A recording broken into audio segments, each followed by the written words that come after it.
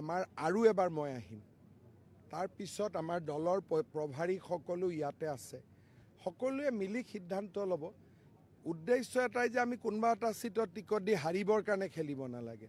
য'তে য'তে জিকাৰ সম্ভাৱনা আছে তাতে তাতে আমি ইলেকশ্যন খেলিম।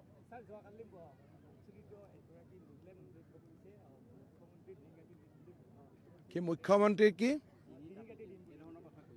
চক কোনোবা উচ্ছেদিত মনৰ দুখত কৈছে ডিঙি কাটি দিম বুলি, কেনেকৈ হাক দিব? খং উঠিছে আৰু উঠিব পাৰে, সেইটোলৈ মই বেয়া পাইতো লাভ নাই। মইতো মুখ্যমন্ত্ৰী হয়, মানুহৰ গালিও শুনিব লাগিব, আশীৰ্বাদো শুনিব লাগিব, দুইটা শুনাই মোৰ দায়িত্ব, হয় নহয়? চক য'তে য'তে আমচুৱে প্ৰতিবাদ কৰে তাতেই বুজি পাব যে বিজেপিৰ আদৰ্শৰ জয়লাভ হৈছে। কাৰণ আমি জাতি মাটি ভেটিৰ কথা কৈ চৰকাৰত আহিছিলোঁ।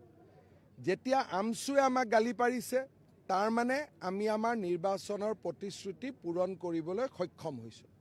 গতিকে যিমান আমচুৱে গালি পাৰে সিমানে অসমীয়া মানুহে বা আমাৰ খিলঞ্জীয়া মানুহে বুজি পাব যে প্ৰথমবাৰৰ বাবে কোনোবা এখন চৰকাৰে ৰাইজৰ হৈ কাম কৰিছে।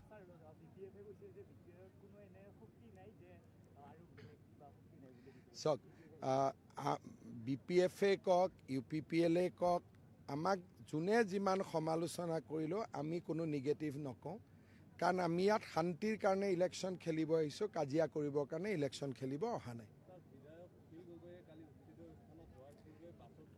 চাওক, তেওঁৰ এইটো নিয়মেই, তেওঁ য'ত উচ্ছেদ হয় তাতে তেওঁ গৈ পায়। কাজিৰঙা দি আৰম্ভ কৰিছিল, তেওঁ মাজে মাজে উচ্ছেদ য'তে হয় তাতে গৈ পায়।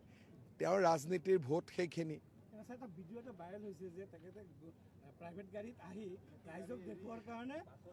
আৰে মোক যদি ক'লেহেঁতেন মই তালৈকে যাব খোজোঁ, ময়ে গাড়ী দি দিলোঁহেঁতেন, সেইটো কি ডাঙৰ কথা। কিন্তু উচ্ছেদ চলি থকা অৱস্থাততো আমি যাব নিদিওঁ, ঠিক আছে?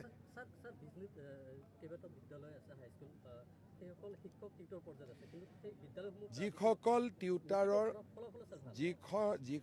টিউটাৰৰ যোগ্যতা আছে তেওঁলোক শিক্ষক হ'ব। ফাইলটো এডভান্স ষ্টেজত আছে।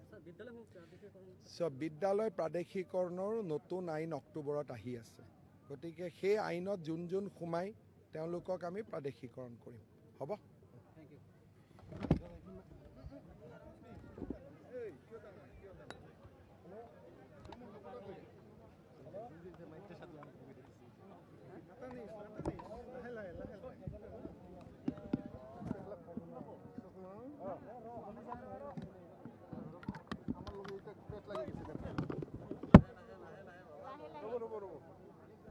ৰ'ব